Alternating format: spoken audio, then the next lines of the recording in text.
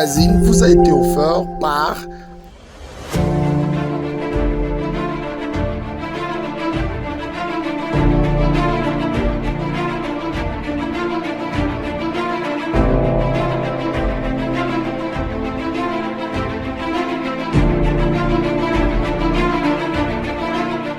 Am Design et Construction. Il est donc difficile d'apprendre dans un environnement poussiéreux causé par la plupart des marques de craie. C'est pourquoi nous avons créé pour vous Adecholk, la marque de craie qui vous aide à passer au niveau supérieur. Adecholk est le choix ultime des éducateurs et des élèves qui n'exigent rien d'autre que le meilleur. Grâce à la formule de haute qualité d'Adecholk, vous pouvez faire l'expérience d'une écriture très douce qui glisse sans effort sur le tableau. Fini les bavures et les morceaux qui s'effritent. Adecholk est conçu pour vous offrir des couleurs vives et audacieuses qui captent l'attention et rendent chaque leçon plus vivante. Elle est parfaite pour la salle de classe, laissant un impact durable sur chaque mot et chaque illustration. Adecholk, la qualité, c'est nous.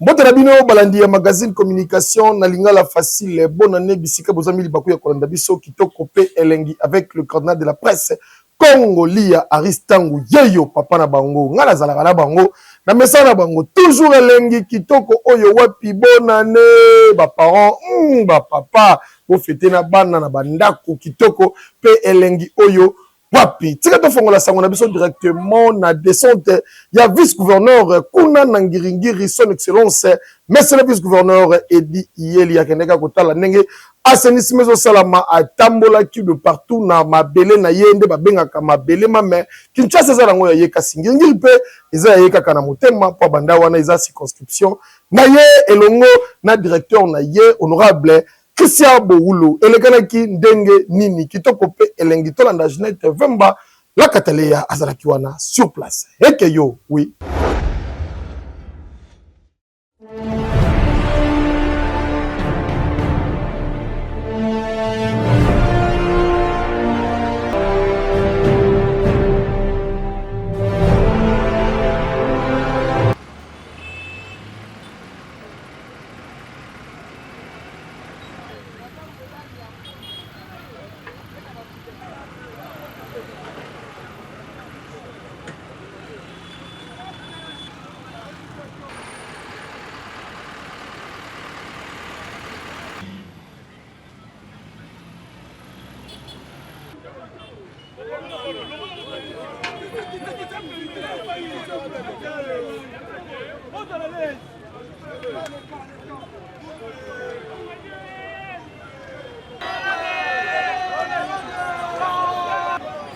Va tuer les gens!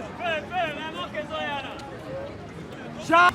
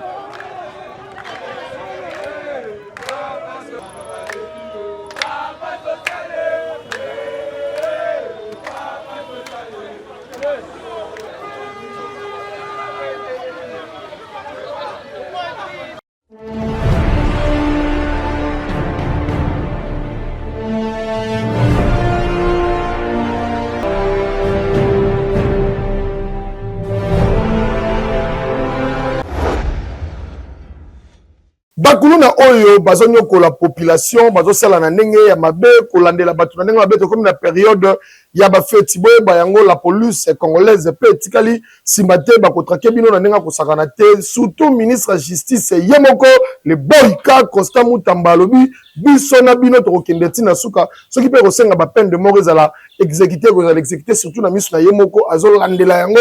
tina suka nde bazo sambisa bango kuna na kalu fungula de partout azawana po na bino kasi conseil peut te kopesa na la police boye o bazo benga jeep soki mutuka ya kabasele tango bomoni mutu okanga kaka pamba pamba te bokanga bato bazo sala mabe bato bazo sala ba acte moko bobenga ba acte vandalisme bato bazo sala misala ya saleté kasi population azo vaguer librement na ba préoccupation na ye botika ye asala musala na ye parce que ba jeep wala to mituka wana ya kabasele komi kobangisa na population so ba moni yango bazo kima yango zo sala ndure insécurité ezo matali susu na mboka bokanga nde bato yo bazana ba problème oyo bazo sala oyo bazo déranger population ke bokanga population yemoko oyo azana problème te tango koma kuna pesa manda boye eza malamu te yango nde tozo belela surtout na ministre de justice le boyka Constant Mutamba alandela makambo à la loupe po epesa pasité na ba période ya ba fête oyo mbongo ezati passe eza vraiment na ba poche na biso eke yo oui. Mardi le 31, Ekoinda Mabe na réveillon de traverser kuna l'église le rocher sali oyekumba maka epaya l'évêque major évêque Musuni Idi Amine Linzoke Mbombo abengisi bino boya ebele boko kangola mapoyo sokazo teya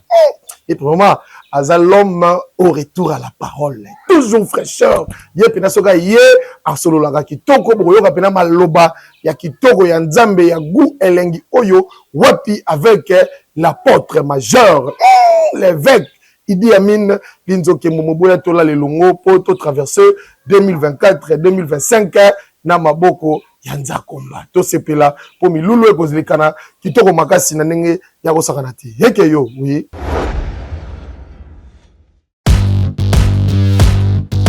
Frères et sœurs, ngonga yangoyo ebelemi pona biso baso tokende kosangana pona ko célébrer Emmanuel. Na yango rendez-vous eza moko na église le Rocher Sali oyo ekumbamaka epai ya l'évêque l'apôtre Idi Amin Linzoke, char de Dieu, l'homme au retour à la parole.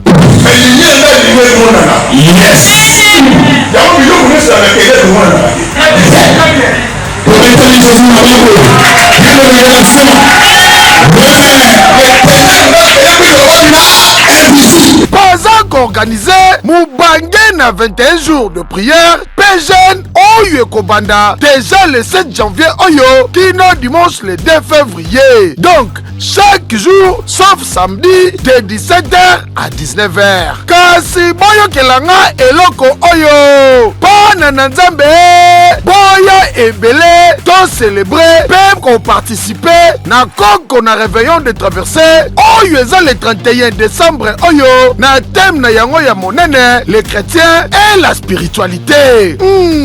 Pana Rocher Sali, Bana ya colonne de feu. Église Ezomi, na avenue Bambili, numéro 24, na Kwaya Khartoum, na commune Ngiringiri, Oza Mobimba. Biso nyonso tokima na lombango pona tobonzela 2025 epai ya Nzakomba. Eza bongo te bana évêque Idi Amine baza toujours likolo hakeyo. Oui. Communauté Vision du Christ dans le monde oye kumbamaka epai ya le révérend Charlie Sango, char de feu. To ya kamola satana matoyi babengisi bino le 31 oyo ekozala koko na réveillon boya to lala to kumisa nkolo to kende ko sanjola ye po azopesa biso makasi ngolu na ye ndezo mya biso na 2025 boya ekoyinda mabe kuna na église opesi mbwa boa boyi char de feu abengisi bino boya ebele na pena expliquer mon adresse bien eza musika te soko zaka na presque Kasavubu hotel boye bisika bandoko benga o cimetière à Kasavubu c'est kufa kala soko komika ka foko ma ipak otali na gauche na yo okomona HJ Fondation aux Avenue wana tout droit au kende ti ko se retrouver na première direction ya wana au communauté Vision du Christ dans le monde. Il y a le révérend pasteur Charlie Sango, char de feu oya bengisi bino le 31 oyo boya to lala to kumisa nkolo ko fete libanda te ko fete na bar te ko kotisa année 2025 na boîte te ko kotisa ngo kasi yaka kokumisa nkolo pona amema yo asanjola yo akangola yo na ngolu na ye ndo koti 2025 bongo te eke yo. Oui. Mama mwana na bino yeyo mwana ba mama abengisi bino le 30 oyo ekozala mokolo ya lendi boya kokabolela bino basoso pe baloso akozala na bino mwana na bino Fiston Tumbu, papa social ya bana bandal abengisi ba mama veuve nyonso ekozala kuna na école de la musique oyezomi na avenue Makanza direction Asosa Chaba bisika ko mama veuve plus de 400 mama veuve oyo bakoya ako remettre bango gratification te na ndenge ya bona ne ba mama ba sepela ba mama ba lia ba vivre na ba non vivre pour ba kota 2025 malamu pe ba pambola mona na bango Fiston Tumbo Oyaza, le bienfaiteur, Yabana Bandal Bakisela Kaye, l'homme qui fait le bonheur de la population de Bandalungwa. Kitoko Pe Elengi. Ekeyo, oui.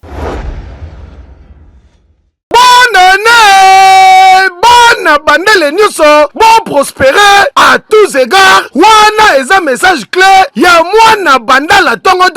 papa social la bana bandal tunanga nanie Fiston Tumbu le président ya dynamique Fiston Tumbu ye motolo ya bana bandal de père et de mère ye arataka bana bandal te po basalaka na motema na ye biso toza dynamique Fiston Tumbu tozo vrai na funa.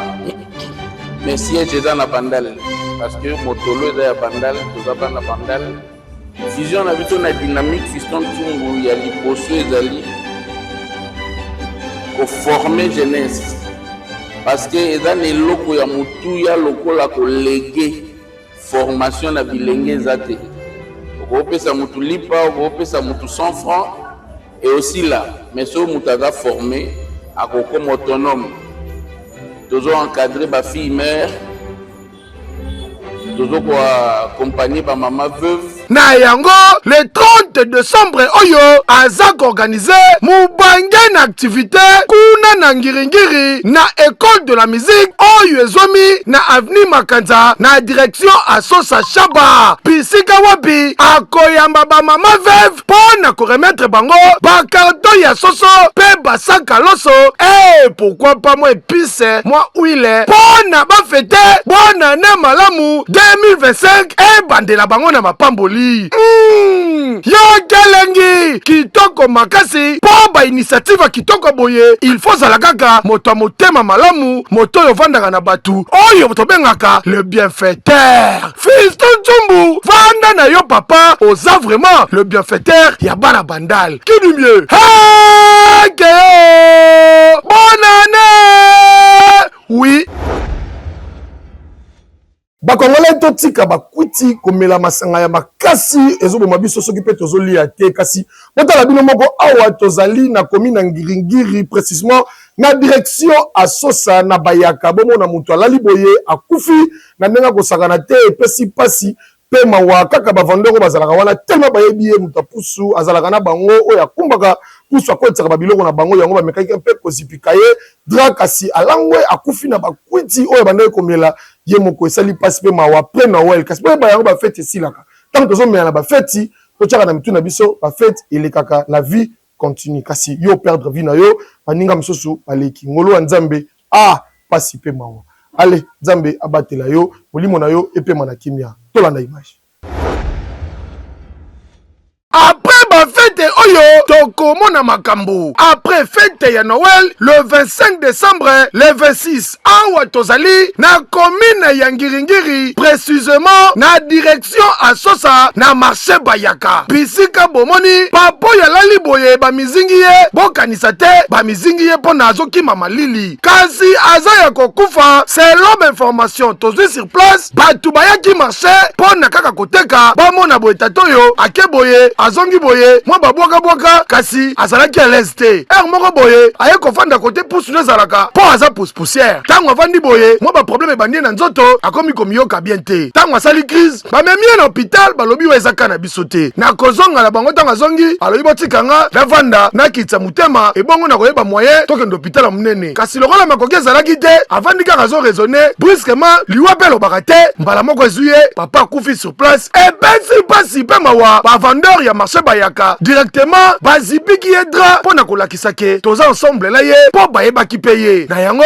babengi bourgmestre pe bato bazalaka pembeni ba autorité municipaux babengi bango baya ko intervenir kasi fwefwe na fwefwe depuis akufaki depuis 8 heures nde kaka bomoni boye bato bazoleka mipanzi kasi résultat eta moko te bourgmestre Ngiringiri ye pe loko afetaki Noël makolo likolo na ndaku aza lusaki vana aboyine kobima kokende koporter secours na mutu akufaki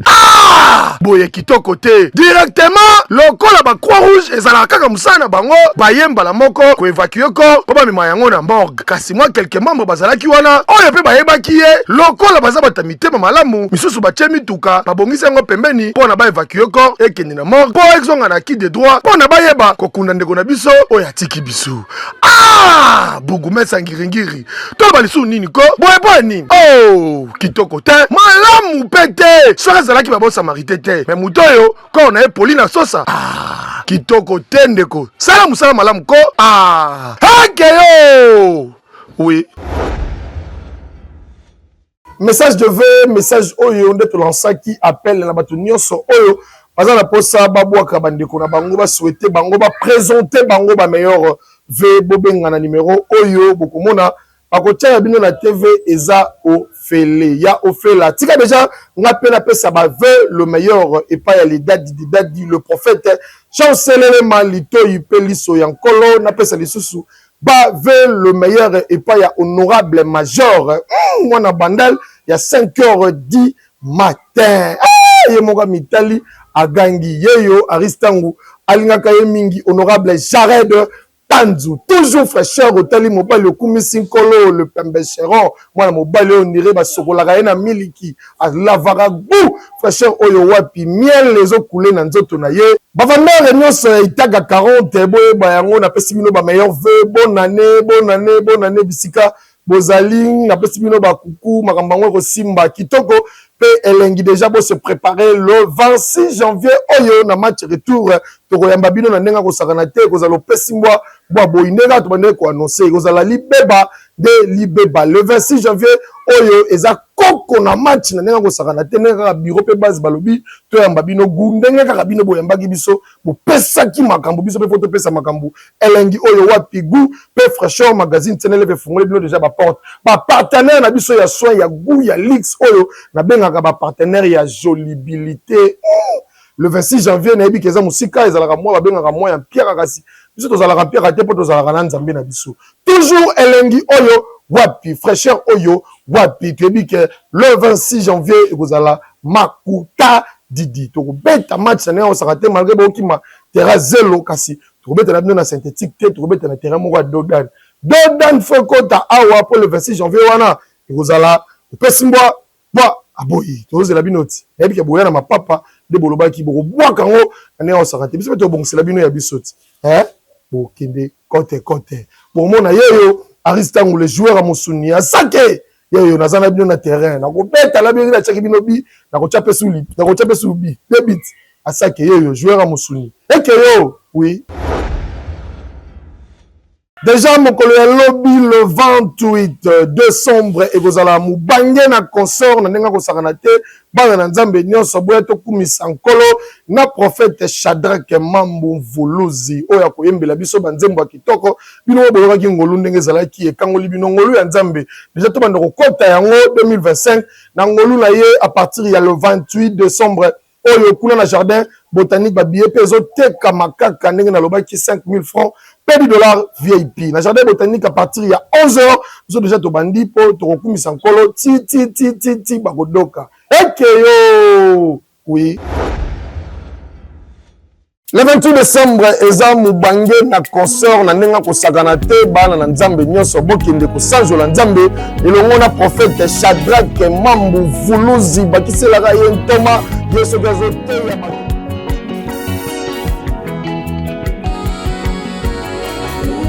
Joyeux Noël, bonne année, bana nzambe nyonso partout dans le monde entier. C'est votre frère le prophète Shadrach Mambu Vuluzi na bengisi biso nyonso na date moko le 28 décembre na jardin botanique. C'est un méga concert, il y a sorti, il y a album, il y a votre frère le prophète Shadrach toya to célébrer nzambe na bengisi ba sage na nzambe ba maman ba papa bilenge toya to célébrer nzambe billet zakaka 2500 francs congolais pour la moto nyonso. Alors vieille pièce à $10 polo plus consommation na kata concert na bengisi ba amoureux de Jésus-Christ bato nzamba apesi pema bato bazwi ngolu ya kokoma le 28 décembre pe kokota na 2025 po tokumisa nzambe na banzembo kitoko oyo ezobima le 28 décembre wana lokola ba via losambo na kotiko te na vi na ngai yo esika ozwanga motema na ngai temweo bachanso lokola ngolu osalinga ngolu nzambo yo tikanga na yembela yo yawe tobandaki ane elongo we mingi bakufi yo ngai ngolu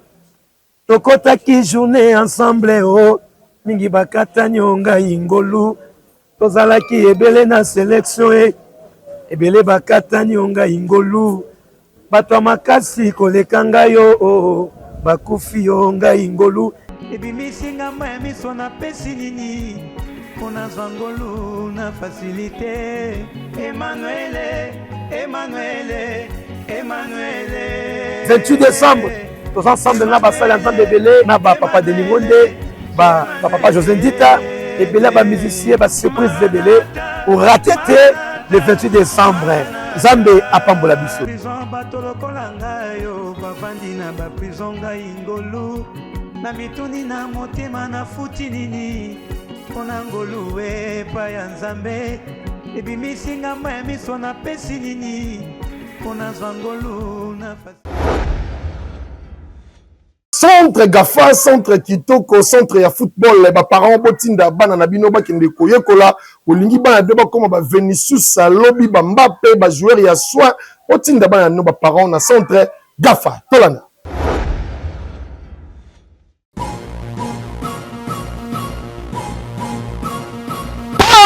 Mama potinda bana na bino na centre de formation Kitoko Golden Apex Football Academy Gafa na Mukuse. Awa bana bakozala bien formé na domaine na football ndembo oyo esengote bijou monene monsieur le président Adelar Mintenda Télébiso yo communication. Centre de formation na biso déjà et démarraki lelo ezaki première sortie na biso bino bomonde la bana baye ba parents oyo la bozana na ndaku botinda tinda bana baya ba ozana cadrement moya bien leur sérieux ezali en tout cas c'est du sérieux ba to sepeli la lelo eleki la dans les bons soyi ozana posa au komisa mwana yo oyekaka awa na terrain à Sosa na Kasavubu la ozwa ba disposition nyonso eza na terrain. Tala mwana mama oyo tikali na ndaku kima na lombango deja ba inscription bandi baboti botinda bana na centre de formation Gafa eza na 3 catégories kobanda 5 ans tina 16 ans baboti bokima na lombango pona mbongo mukie mwana yekoli ndembo oyo ba fitir Mbappé pe ba Vinicius pourquoi pas Cristiano na Messi Bellingham mpe abimiawa kitoko yo wabie kitoko makasi qui dit mieux hakeyo oui. Tomina suka ya magazine communication na lingala facile magazine sala rabino bien kitoko elengi oyo wapi olingo yebana tope ba yo benga suka na numéro oyo tukusalela yo musala ya kitoko elengi oyo wapi déjà tozo bino ba congolais nyonso ba kino nyonso olinga kolia pisika kitoko komela basanga ya malile ya goût fraîcheur oyo wapi oyo koleka yo na mungongo swa bala na ndenga kosakana te adresse eza moko oyo eyebana nango déjà na Kimbondo 606 na Bandale bana Bandale ici c'est Paris na Bandale epa ya Maman Solange babingi kitoko pe elengi oyo wapi tokende komela masanga ya goût ya fraîcheur oyo wapi tolepe biloko ko babola ya goût elengi oyo wapi bana nyonso Bandele ne tubengaka biso ba parisien to se retrouver kuna bana ngiringiri funa Kinshasa mobimba partout biso to se retrouver na Kimbondo 606 epa ya Maman Solange babingi na ici c'est Paris yoka elengi ngala kozala wana bongo yo ozanga te ba fête yango yo tokende ko célébrer yango kuna ozana ba anniversaire ba biloko na nyonso ya bien ba boom ba créativité nyonso ya malamu ba divers ba show kuna na ici c'est Paris erataka te pe kuna okokuta malili yoka gu elengi oyo wapi music ya fraîcheur oyo wapi ko se retrouver ba papa ba jeune ba fille kitoko to bengaka ba fille à la taille pulpeuse ba fille ba dendaka saba simba ngodi to se retrouver biso no sokuna di ba garçon de luxe ba garçon soin ba garçon chic propre oyo wapi otali mobalo lobi mobale onde nzambe mota sanza ye ya ngala mbala moko to se retrouver biso sokuna bobo to ya na mbotama ya Yesu to ya pe lisusu na bonane biso nyonso na ici c'est Paris gu oyo wapi bongo te coup de chapeau à toi Maman Solange babingi tali rotomeli biso tali rosaleli biso du jamais vu na Bandale hekeyo derrière la caméra Ginette Vemba mtazala ki ona bisinga kitoko boye gu elengi oyo wapi dadaka di mtasimba ki édition ya mokola lelo bon guérison na bode HB la guerrière Jessica Makoko pe azala ki ona pona ko assister Mikael Ngoma la réalisation on a mettre ko tani ko ezali ko ya kinya on va bino hekeyo